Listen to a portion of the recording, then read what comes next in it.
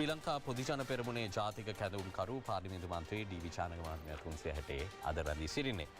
මන්ත්‍රීතුමා දැන් අපි රැලියට සම්බන්ධ වෙච්ච එක්සත් ජාතික පක්ෂය ගැන පොඩ්ඩක් කතා කරන්න ඕනේ. මොකද අර මම කියපු සන්දර්භය ඇතුලේ මේ විපක්ෂය කොයිතරම් විශ්වාස කරන්න පුළුවන් විපක්ෂයක්ද කියලා.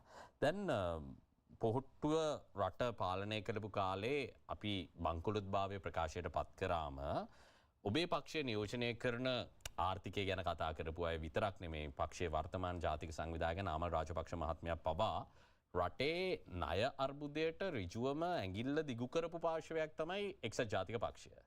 2015-2019 කාලේ ඔවුන් ISB හරහා ලබාගත් ණය ප්‍රමාණය නිසි පරිදි කළමනාකරණය කරගන්න තිබ්බ අපහසුතාවයත් එක්ක මේ දැවැන්ත ණය අර්බුදය නිර්මාණය වුණා කියන දැවැන්ත චෝදනාව පොහොට්ටුව සිදු කරා.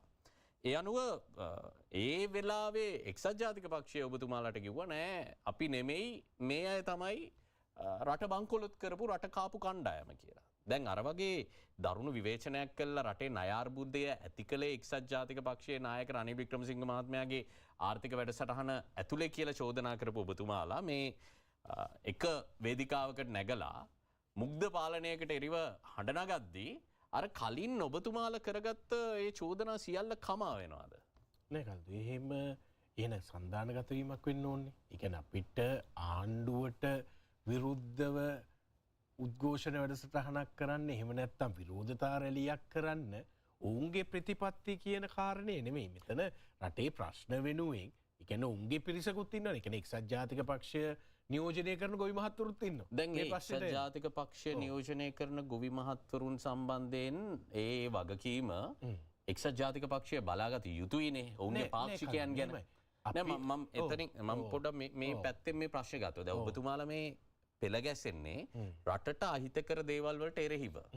හැබැයි විටක ඔබතුමාලාගේ හෘද සාක්ෂියට එකඟව රටේ ජනතාව ඉදිරියේ රටට අහිතකර දේ කළ බවට චෝදනා කරපු පාර්ශවයක් එක්ක මේ විදියට එකතු වෙලා රටට අහිතකර තව දෙයක් ගැන හඬ නැගීම ඇතුලේ සුජාතභාවය ගැන විශාල ප්‍රශ්නයක් තියෙනවා. කලින්දු පළවෙනි කාරණය අදටත් මම විශ්වාස කරනවා 2015-19 කාලය තුල තමයි මේ ණය අර්බුදේ මේන් ISB ඩොලර් බිලියන් 13මාරක් මම දන්නවා ඔබ ඒක විශ්වාස කරනවා. ඒක ඔබේ පක්ෂයේ ස්ථාවරය.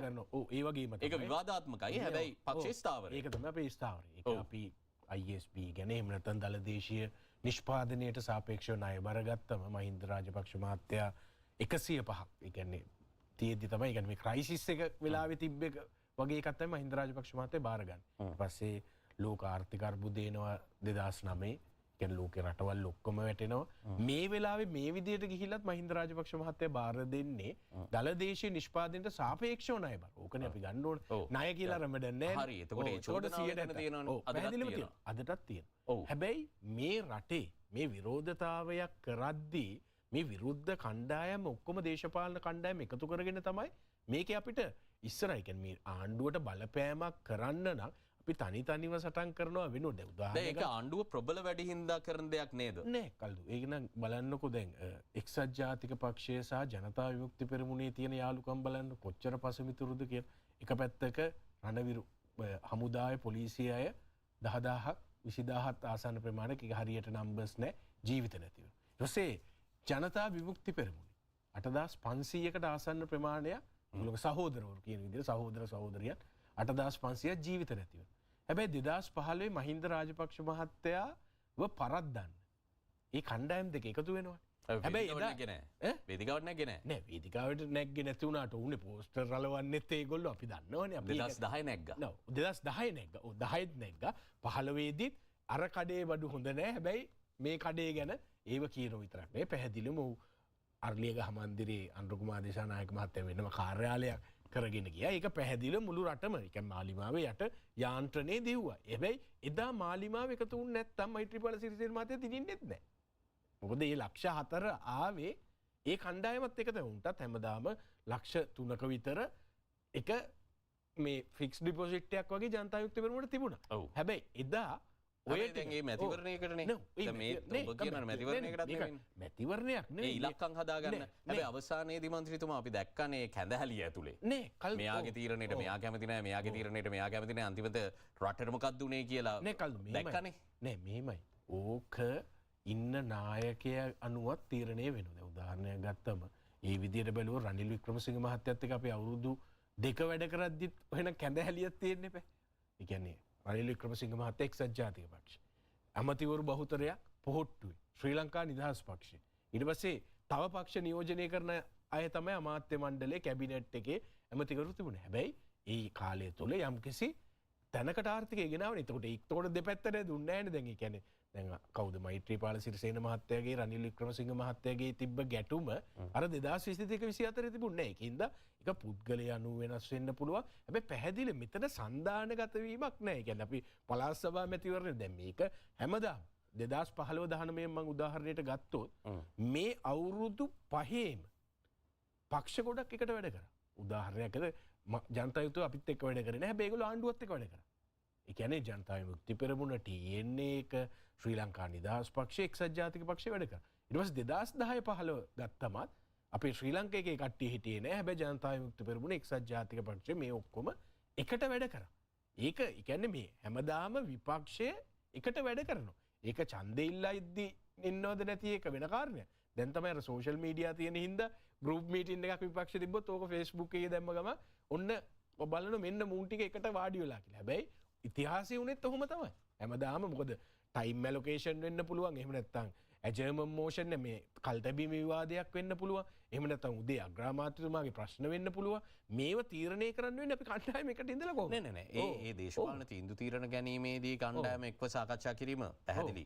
හැබැයි මගේ ප්‍රශ්නය මෙවැනි රැලියක් සංවිධානය කරද්දී මේක මැතිවරණයක් ඉලක්ක කරගෙන උන එකක් නෙමේ කියලා කිව්වත් ඔබතුමාලා කණ්ඩායමක් විදියට අර රටේ ජනතාවගේ ප්‍රශ්න නියෝජනය කරන්න එන්නේ.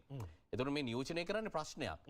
ප්‍රශ්නයට මුල් වෙච්ච කණ්ඩායම් කියලා ඔබතුමාලගේ හෘද සාක්ෂියට අනුව ඔබතුමාලම චෝදනා කරන කණ්ඩායම් වේදිකාවට නංවගෙන කවුරු හරි කියනවා නම් මේ ප්‍රශ්න වලට පිළිතුරු හොයන්න කියලා ඒක ජනතාව ඉදිරියේ තහවුරු වෙනවද? ඒක පිළිගන්නවද ජනතාව? මේ 21 ඔබතුමාලගේ චෝදනාවට අනුව නෑ මේ 21 කොහෙද කියන්න ඔයගලන්ට එක්සත් ජාතික පක්ෂ චෝදනාවක් තියෙන්නේ. මේ 21 පළවෙනි චෝදනාව ගත්තොත් ආණ්ඩුවේ බහලුම් මගඩිය හෙලවුණා. ඒක එක්සත් ජාතික පක්ෂ සම්බන්ධයක් තියෙනවද? නෑ. ඊට පස්සේ දෙවැනි එක හිටපු විදියට තෙල් මිල අඩු නොකළපු නිසා ඒක එක්සත් ජාතික පක්ෂ ප්‍රශ්නයක් තියෙනවද? ඊට පස්සේ තුන්වෙනි එක ලයිට් බිල 3න් එකකින් අඩු කරපු නොහිටු නිසා ඒක එක්සත් ජාතික පක්ෂ ප්‍රශ්නයක් තියෙනවද? මේ වගේ ගත්තොත් මේ ආණ්ඩුවෙන් කරපු ආණ්ඩුවෙන් දීපු පොරොන්දු ඉටු නොකරපු හින්දා අපි පාරට එම. ඒ කියන්නේ මේ එක්සත් ජාතික පක්ෂේ මෙතර පොරොන්දු වලින් කන්ටේනර් එක ඇරෙන්න ඉන්ධන මිල ගත්තම විදුලි බිල ගත්තම මේ සියල්ල ගත්තම මේවා තර්කානුකූලව ප්‍රායෝගිකව කරද්දී ඇත්තටම පවතින තත්ත්වයක් එක්ක බලලා නිසාන දෙන්න පුළුවන්. එතකොට එක අවුරුද්දකින් නිර්මාණය වෙච්ච ආර්ථික තත්ත්වයක් නෙමේ රටේ තියෙන්නේ. ඒක ආණ්ඩුවේ ආවමත් අපි කියන අවුරුද්දකින් මුකුත් උන්නේ නැහැ කියලා. ඒ වගේම තමයි අර්බුදයත්. අර්බුදයත් ස්ථායීකරණය වගේම තමයි අර්බුදයත් වසර ගණනාවක් තිස්සේ තමයි නිර්මාණය වෙලා තියෙන්නේ. පොරොන්දු දීපු එක හරි. ඒ පොරොන්දු නම් ඉටු කළ යුතුයි කියන එක විපක්ෂයේ ඔබතුමාලා ගන්න සාවරයක්. හැබැයි මම ගන්න මැද තැනක. ඇත්තටම මේ දීපු පොරොන්දු ඉෂ්ට කරා නම් සමහරට මීට වඩා රට වැටෙන්න පුළුවන්. ඒ හින්දා ඇත්තම කතාව දැන් මේ අර්බුද වලට වග කියන පාර්ශවය ඇවිල්ලා කියනවා නම් අඩු කරපන් දැන් අඩු කරපන් ලයිට් බිල අඩු කරපන් මේක කරපන් කියලා. මෙහෙම කල්දු. මේ අර්බුද වලට සහ ඒ කියන්නේ වැඩිම අර්බුදේ පාර්ශවකාරයෝ ටික බලන්න. ලංකාවේ ආර්ථිකයේ වැඩිම විනාශය තියෙන්නේ කොහෙද? ලංකාවේ ආර්ථිකයේ වැඩිම විනාශය තියෙන්නේ රටේ අවුරුදු 42ක් යුද්ධයක් තිබුණා. එතකොට ටිකක් LTT එකට යන්න ඕන. අනිත් එක ජනතා විමුක්ති පෙරමුණට යන්න. මට ඉන්දියාවේ අර පොතක පැහැදිලිව ඒකේ කොස්ටිං කරලා හදලා තියෙනවා පාඩුව ඩොලර් බිලියන 200ක් කියන. ඩොලර් බිලියන 200ක් අපිට ඒ කියන්නේ මේක මේ ලැබෙන්න තිබේ වන එක මේකට යුද්ධ නොතිබුණා නම් සංචාරකය වෙනවා අපිට නැතිවෙච්ච ඔපචුනිටිස් නෙවෙයි මේ අපේ ආර්ථිකයට නැතිවෙච්ච ගන්න. දැන් අද ගත්තත් රටේ ණය බර ගත්තොත් ඩොලර් බිලියන 100යි. කියන්නේ මේක ඩොමෙස්ටික් ඊට පස්සේ ඉන්ටර්නැෂනල් මේ දෙකම ගත්තත් ඩොලර් බිලියන 100කට ආසන්න ප්‍රමාණය 116ක් මම හිතන්නේ දැන් ඒ ටිකක් වැඩි වෙලා තියෙනවා. එච්චර ප්‍රමාණයක් තියෙන. හැබැයි ඩැමේජ් එක මේ රටේ අර අවුරුදු 76ක් ගැන කතා කරාට මේක ඇතුලේ 2009 වෙනකම්ම රට විනාශ කරන්න හිටපු කණ්ඩායම ගැන කවුරුත් කතා කරන්නේ නැහැ. එතකොට එතන ඉඳන් තමයි ඇත්තට මේ රට පටන් ගෙන තියෙන 2009. මේ පොරොන්දු මේ හේතුටික ගත්තම ඔබ කිව්වාගේ බහලුම් සම්බන්ධක ඒ වගේම චෝදනාවක් අපිට මතකයි ඔබතුමාලා කරා එක්සත් ජාතික පක්ෂයට බැදුම් කරගනු දෙනු සම්බන්ධයෙන්. ඊට පස්සේ ඉන්දන මිල ගත්තත් ඒ වෙලාවේ මිල සූත්‍රයත් එක්ක තිබුණු ව්‍යාකූල තත්ත්වයන් ගැන ඔබතුමාලා චෝදනා කරලා තියෙනවා. විශේෂයෙන්ම මේ කොටස ගත්තම මේ ජීවන වියදම ඉහළ දැමීමටත් එහා ගිහිල්ලා මේ වෛරය පැතිරවීම කියන චෝදනාව ඔබතුමාලා සෑහෙන්න කරා මේ දේශපාලන දඩයමක් කරනවා යහපාලන ආණ්ඩුව කියලා. ඊට අමතරව ගත්තට පස්සේ රණවිරු දඩයම විශාල සටන් පාඩයක් වුණා 2015 2019 ඇතුලේ රණවිරුවන් දඩයම් කරනවා කියලා. බෙදුම්වාදීන් සමග හිතවත්කම් පෑම ඔය 31 යෝජනාව ඔබතුමාලගේ වේදිකාවේ හිටපු සෑහෙන්න කට්ටිය ඔක ඉස්සරහට දාගෙන කිව්වා මෙන්න බෙදුම්වාදයට ඉඩ දෙනවා එක්සත් ජාතික පක්ෂය කියලා. දැන් මේ සියල්ල මට තියෙන ප්‍රශ්නේ මෙහෙම දේශපාලන අරමුණකට කියලා. ඒ කියන්නේ අපි මේ වෙලාවේ කාව හරි එකතු කරගෙන මේක පෙරලනවා කියන එකද කියන්නේ? නෑ කල්ද මේ පෙරලීමක් නෙවෙයි. පෙරලීමක් නෙවෙයි. දැන් ඒ කියන්නේ රනිල් වික්‍රමසිංහ මහත්තයා අපිත් එක්ක අවුරුදු 2 කරන වෙලාවේ ඔය එකක්වත් කරේ නෑ.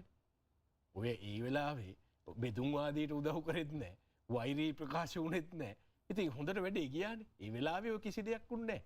හැබැයි අපි කියන්නේ මේක ඒ එකතු වෙන කණ්ඩායම් මොනව තමයි වෙනස් වෙන්නේ. මෛත්‍රීපාල සිරිසේන මහත්තයයි රනිල් වික්‍රමසිංහ මහත්තයා එකතු වෙච්ච ආණ්ඩුව නෙවෙයි 22 24 ගියේ. අනිත් එක මේකේ කලින්ද විරෝධතාවයක් කරද්දී අපිට කට්ටිය වෙන් කරන්න බෑ. දැන් ඔබතුමා සජිත් ප්‍රේමදාස මහත්තයා මෙතෙන්ට ඇවිල්ලා තිබුණා නම් ඔබතුමා ඔය කියන සම්පූර්ණ කතාව වෙනස් වෙනවා. දැන් ඒතකොට ඔබතුමා ඔය කියන එකක්වත් මැච් වෙන්නේ නැහැ සජිත් ප්‍රේමදාස මහත්තයා ආවන. නෑ ඉතින් සජිතුත් ඒ වෙලාවේ හිටියේ ඔබතුමාලා චෝදනා කරපු රනිල් පිලේ. නෑ ඒක තමයි. දැන් එහෙම ගත්තම මේ පිළවල් ගත්තොත් කලින්දු දැන් මට කියන්න දැන් 2024 රනිල් වික්‍රමසිංහ මහත්මයා ඔබතුමාලත් එක්ක රදු එමුකුත් කරේ නැහැ කියන්නේ. රනිල් වික්‍රමසිංහ මහත්මයා හොඳ අනිත් අයද නරක කරන්නේ. නේ දන්නේ නැහැ. ඒක එතුමගෙන් මම කොහොමද අපිත් එක්ක හිටපු අවුරුදු දෙක තුල